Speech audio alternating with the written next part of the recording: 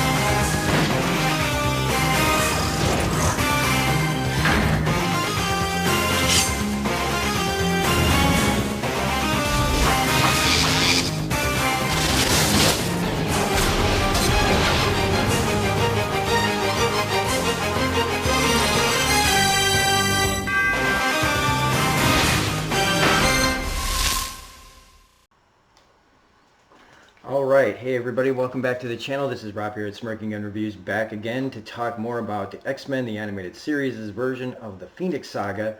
We are up to part 4, and it is called the Starjammers. Just want to thank everybody that's been checking these out. I want to thank the showrunners for acknowledging, seeing that this thing exists. I really appreciate that this is reaching some people that I would like to actually, reach.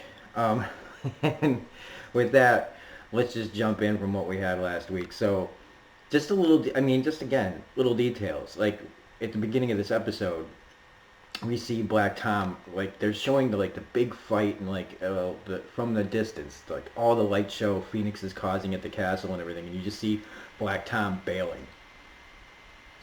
I love that. It's just such a thing. Like, they didn't have to do that, but they did it. Like, just showing, yeah, this is what happened to him. He just ran. But the fight's over, and Phoenix, she's recovering quickly. Everybody's worried about her, but she's not at full strength yet. And Cyclops and Storm and everybody else that wasn't there before now is arriving. And Phoenix, you can just tell. Again, there's a way that they just show the emotion on Jean and Phoenix's face as clearly there's something more wrong. Something that she's not saying, something sorrowful, something like wishing she didn't have to say and do, that leads you to believe, this is a kind of a no-win situation for anybody. And they just, the way that they convey that on her face is so well done. And she's just like, look, you gotta get everybody ready. This ain't gonna be good. And I really, again, really like that they were, you can convey that in a cartoon.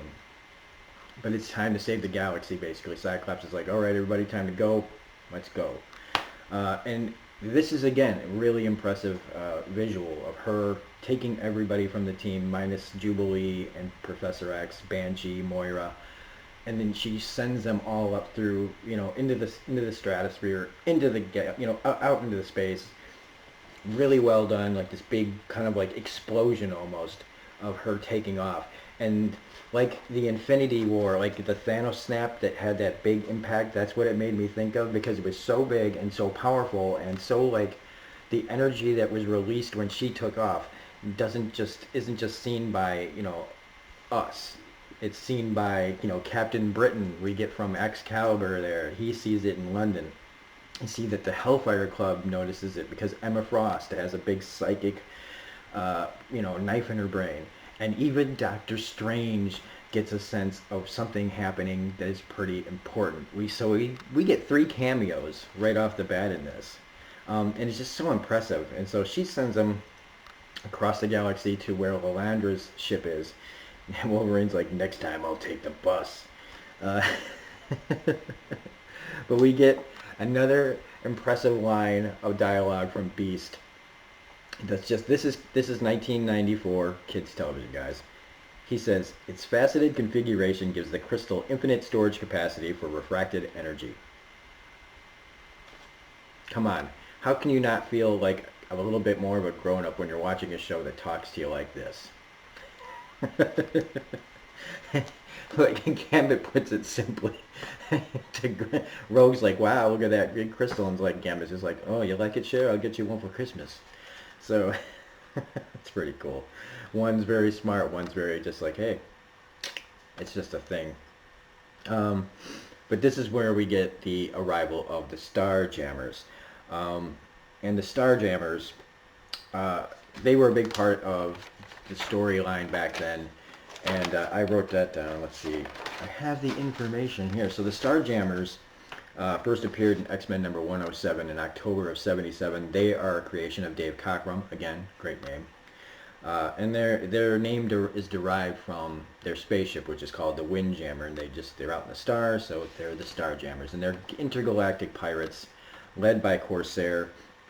There's also Chode or Chod. It always CH apostrophe OD, so Chode or Chod, because they never say his name, and in the books it's not really pronounced out phonetically. So again, look at that. That's freaking awesome. But there's Kari, there's Corvus, Raza Longknife, Hepzibah, who's like the cat lady. Look at that. And then Sikorsky. Yeah, I guess that's kind of like space version of Poindexter. And then Waldo. And I first like knew about them from way back, and I had to find it. Back in the storyline, starting with Uncanny X-Men number 275, 276, and 278. This was my introduction to the characters, where it was the return of Professor X. He'd been gone for a long time with Lilandra during that, a whole bunch of thing, and during that time, like Magneto was even the leader at one point.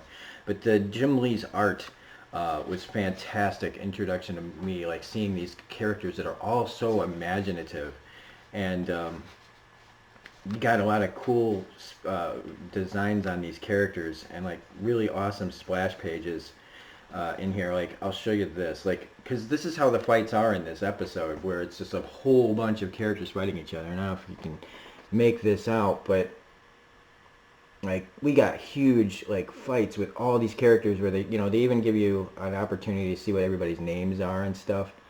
But I mean, this was later on in the series, but thankfully we had the great Jim Lee drawing all of this.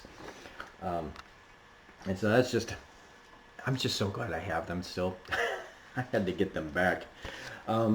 So the Starjammers are introduced, and they use like a stun ray to incapacitate everybody. And I was wondering myself, why didn't Jean Grey fight them off? It's because the energy that it took for her to come across the galaxy to her ship in her young state, she had just arrived, was too much to stop them from taking the crystal, which, the bad guys gotta get the upper hand, right? In order for the story to, get its most, dramatical impact. But there's just lots of like little details in here, like Rogue saying that you're colder than a leftover hush puppy. Lizard lips. And then when she's flinging the cat lady around, she flies around and she throws her, and you just hear that. Pretty cool. Swords and eye patches. Yeah, where's the swords and eye patches?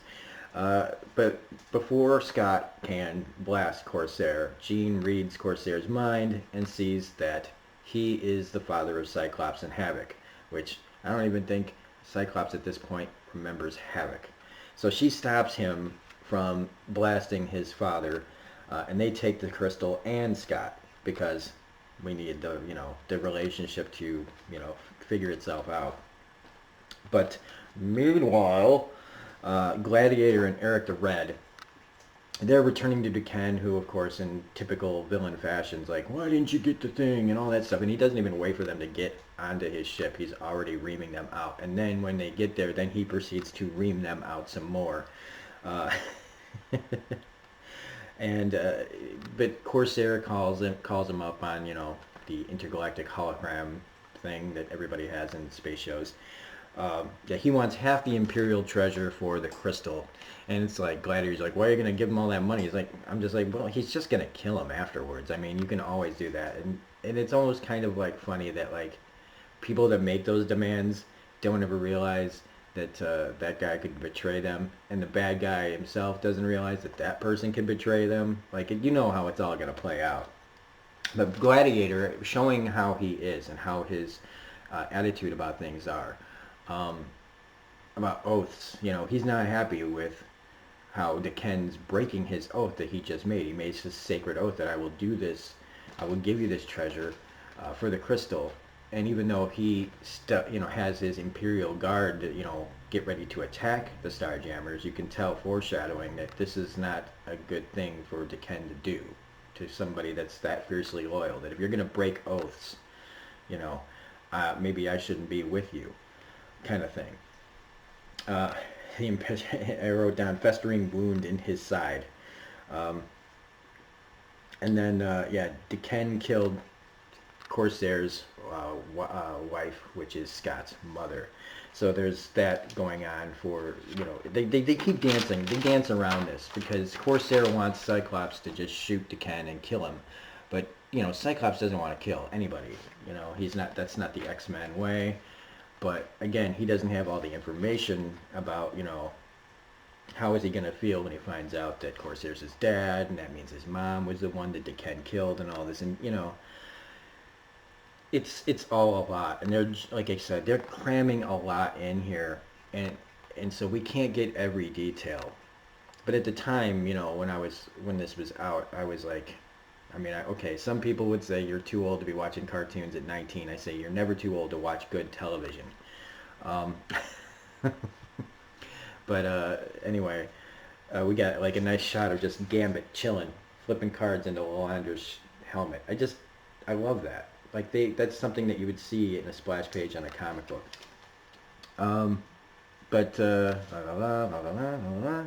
So basically what we're saying is it's all a suicide mission. And even Jean, that's kind of like the sorrowful part of Jean and Phoenix earlier in the episode, where she didn't take the professor, she didn't take Jubilee and everybody else. Because why? Because somebody has to live, and Jubilee's too young.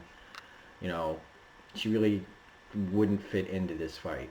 And Professor X is one of the most powerful telepaths in the universe, and so taking him with, because he can't walk around and everything, somebody that's powerful has to be left behind. And it's actually a really good tactical decision if you think about it, because without them he'd be the last man standing, and you need somebody powerful. And again, I wrote down that Scott and Corsair, they're kind of dancing around like, oh hey, I had a kid on Earth, and oh, you're from Earth, oh wow, that's crazy. Oh yeah, my son, my oldest son, he had my wife's eyes. Jean reaches out. Phoenix is finally starting to feel a little bit more powerful. She reaches out into the universe and finds Scott, and so they take off over there.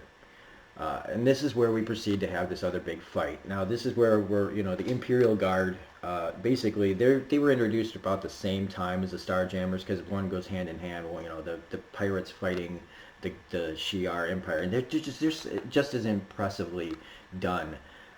As far as imagination-wise, their character designs and their creation from the 70s, they threw all these really imaginative characters at us, like Starbolt, Scintilla, Flashfire, Pulsar, Fang, Oracle, Mentor, Gladiator, Neutron, Smasher, Titan, Nightside, Hobgoblin, Magic, I don't know. But it's just like, it's all just a lot. And it was my introduction into the kind of cosmos characters. I was reading Silver Surfer at the time and stuff, but for the X-Men universe, this is my introduction to how they fit into intergalactic stuff. So we get another great big battle that again is reminiscent of what they show in the comics. I love that Corsair is tricked. He jumps to Ken, but it turns out it's a bait and switch. He uses a shapeshifter because he wouldn't go in himself, because why would he if he's got a shapeshifter? And this is where Wolverine's just like, start the ball, Cajun. And, everybody just starts fighting, and it's great. And you get to see all these imaginative characters all starting to fight each other, all for the crystal, while Deken grabs Lilandra and the crystal and takes off. So eventually they all have to go after him, and Beast says, our safety is our speed, Ralph Waldo Emerson.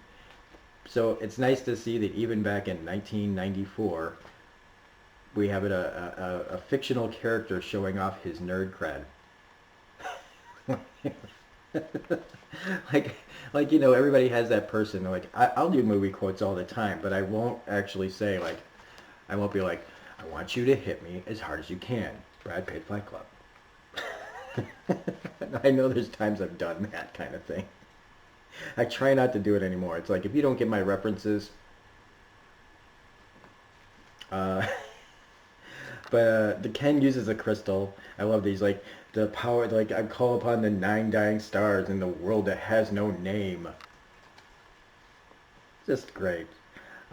Phoenix and the Ken kind of struggle for the crystal, but she's just too. She's not strong enough. She hasn't come to full power yet because plot. But that's how it is, you know. And he basically opens it up and is starting to become a god. He's like almost like a crystal or a rock at this point.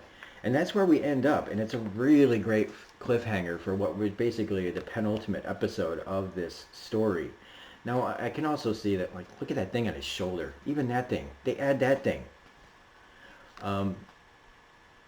This is only a 5-part thing, and they couldn't tell this whole 5, you know, however long it took the Phoenix Saga, just the Phoenix Saga part of it to be told. I mean, this was a long, drawn-out thing. We had, you know, figure lots and lots of issues of comics were used here. And so I still say it's impressive that they were, it's basically kind of like the Cliff Notes version of it, but like, let's hit all the beats. Let's all hit the high points. Let's hit the big memorable moments. And they do it again. And like I said, I can't wait to watch the last one of this series. And then we'll be immediately doing the Dark Phoenix Saga as well. And so I will hopefully be getting to that by like Tuesday, I want to say. I should be back to episode 5 on Tuesday, you know, as long as everything, my schedule works out. So if you like this episode, please hit the like button, comment, share, subscribe if you're not a subscriber. Join the fun and showing how the Phoenix Saga can be done if you do it right.